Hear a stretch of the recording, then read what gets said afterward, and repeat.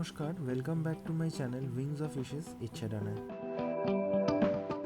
চাকরি সূত্রে ট্রান্সফার হয়ে গেল হায়দ্রাবাদ থেকে মুম্বাই, আর সেই ট্রান্সফারের হাজার একটা ঝামেলার গল্প শোনাতে চলে এলাম এই ভ্লগটা নিয়ে। একদিকে মুভার্স অ্যান্ড প্যাকার্স ডেকে ওনারা সব প্যাকিং করছেন, আর একদিকে আমরা একটা কাগজে কোনো রকম লিস্ট বানিয়ে নিয়েছি যে কোন বক্সে কি কি জিনিস ঢুকছে। শুধু প্যাকার্স অ্যান্ড মুভার্স ডেকে ফেললেই তো আর হয় না, তার সাথে অনেক খুঁটিনাটি জিনিস থাকে যেগুলোর পিছনেও দেখতে হয়। প্রথমত ক্রকারি আইটেমস এনারা কি করেন, বাবল র্যাপ ছাড়াই বক্সের মধ্যে ঢুকিয়ে দেন, যার ফলে কি হয় ভেঙে যাওয়ার চান্স থাকে। তাছাড়াও কোন বক্সে কি কি জিনিস ঢুকছে, ছোট ছোট অনেক কিছু থাকে, সেগুলো কোন বক্সে কিভাবে ঢুকছে যাতে পরের যেখানে যাচ্ছি নতুন জায়গায় সেখানে গিয়ে খুঁজে পেতে অসুবিধে না হয়, সেগুলোও ভালো করে লিস্ট বানিয়ে দেখে রাখতে হয়। আসবাবপত্রগুলো মোটামুটি র্যাপ করে বাইরে আপাতত রাখা হয়ে আছে। ব্যাস আর কিছুক্ষণের অপেক্ষা, তারপর ঘর খালি করে এক রাশ স্মৃতি নিয়ে ছেড়ে চলে যেতে হবে হায়দ্রাবাদ। 5 বছরের কত স্মৃতি জড়িয়ে আছে এই জায়গার আনাচে কানাচে, একসাথে আজ ঢেউয়ের মতন সব ভেসে আসছে চোখের সামনে। পরিবারের কত প্রিয়জন, বন্ধুবান্ধবদের সঙ্গে কত আড্ডা, কত হাসি, কত ঠাট্টা এখানে দিয়েছি। সত্যি কথা বলতে প্রথমে যখন হায়দ্রাবাদে এসেছিলাম তখন কোনোদিন ভাবিও নি যে এই শহরটাকে ছাড়ার সময় এতটা মন খারাপ হবে।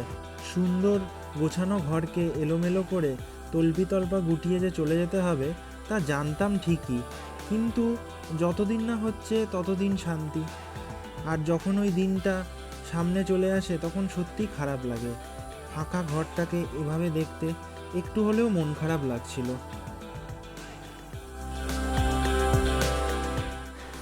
হাজার মন খারাপ হওয়া সত্ত্বেও আজ শেষ দিনে প্রিয় শহরটাকে শেষবারের মতো বিদায় জানিয়ে যাত্রা শুরু করলাম আমার পরবর্তী গন্তব্য ভারতবর্ষের বাণিজ্যিক রাজধানী মুম্বাইয়ের উদ্দেশ্যে।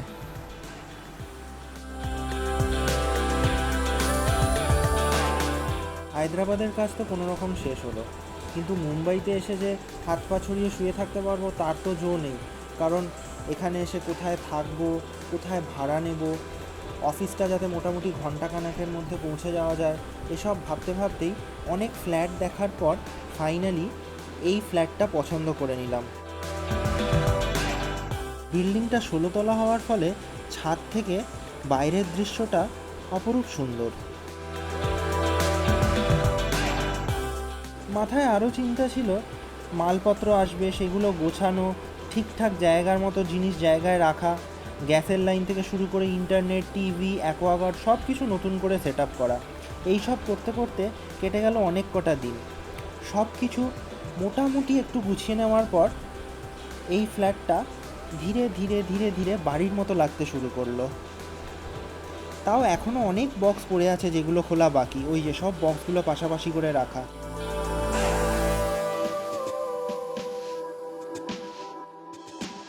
একটা বেডরুম মোটামুটি গোছানো হয়েছে, যেটা মাস্টার বেডরুম, যেটার সাথে অ্যাটাচড বাথরুম আছে। তো এই বেডরুমটা মোটামুটি সেট আপ হয়ে গেছে, এই বেডরুমটায় কোনো বক্স বাকি নেই।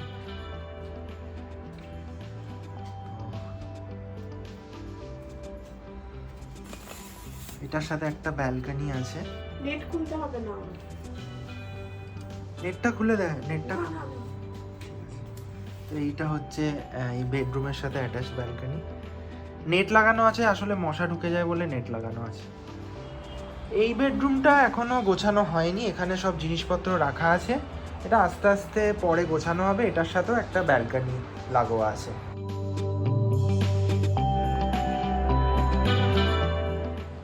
কিচেনটাও মোটামুটি সেট আপ হয়ে গেছে। কিচেনটা সেট আপ হওয়াই আসল, কিচেনটা হয়ে গেছে। আর এটার সাথেও একটা ব্যালকনি আছে, যেটা আবার লিভিং রুমের সাথেও, লিভিং রুম থেকেও বেরোনো যায়। আর এখানে একটা ছোট ইউটিলিটি এরিয়া মতন ওয়াশিং মেশিন, গ্যাস সিলিন্ডার এসব রাখা আছে। ব্যাস। তা নববর্ষের দিনে আজকে রান্না হচ্ছে পোলাও, আর এখানে আছে চিকেন। বেশ লোভনীয় খাবার, বলুন। আসলে বাড়িকে বাড়ি লাগতে শুরু করে যখন রান্নাঘরটা মোটামুটি সেট আপ হয়ে যায় আর আপনার গৃহিণী আপনার জন্য ভালো মন্দ নানান রকমের স্বাদের জিনিস খাওয়াতে শুরু করে। এখনও অনেকগুলো বক্সেস খোলা বাকি। আমাদের সাথে এসেছিল 35টা মতন বাক্স, যার মধ্যে 20টা খোলা হয়ে গেছে আর 15টা এখনও খোলা বাকি। মোটামুটি একটু গুছিয়ে নেওয়ার পর প্রথম আমরা বেরোলাম মুম্বাইতে RCT মল। এই মলটা আমাদের বাড়ির একদম কাছেই, 20-25 মিনিট লাগে গাড়িতে আসতে। বেশ বড় মলটা, অনেক কিছু আছে। তো এই এতদিন ধরে মাথার চাপ, হেডেক, জিনিসপত্র কিভাবে গোছাবো, কোথায় থাকবো, এসব করে ফাইনালি একটু সেটেল হওয়ার পর আজকে বেরোনোর টাইম পেলাম। আসলে এভাবে ঘুরে বেরিয়েই তো নতুন শহরকে আপন করে নিতে হবে আর দিনগুলো কাটিয়ে দিতে হবে। কে জানে, হয়তো মুম্বাই ছাড়ার সময় ততটাই খারাপ লাগবে যতটা হায়দ্রাবাদ ছাড়ার সময় লেগেছিল। বাড়ির কাছাকাছি একটা মল পেয়ে বেশ ভালোই লেগেছিল। অনেকক্ষণ এই মলটায় ঘুরে বিভিন্ন দোকানে রেকি করে, উইন্ডো শপিং করে অনেকটা সময় কাটানো গেছিল সেদিন। মলটা এতটাই বড় ছিল যে পুরোটা ঘুরে দেখতে গিয়ে প্রায় 2-3 ঘন্টা সময় কেটে গেছিলো। আমরা ওখানে পৌঁছেছিলাম এই ধরুন সন্ধ্যে 7টা নাগাদ। পুরো মলটা ছিল 3তলা মল, কিন্তু এরিয়া বিশাল। তো পুরোটা ঘুরে দেখতে দেখতে প্রায় রাত 10টা হয়ে গেছিল, আর খিদেও পেয়েছিল মারাত্মক।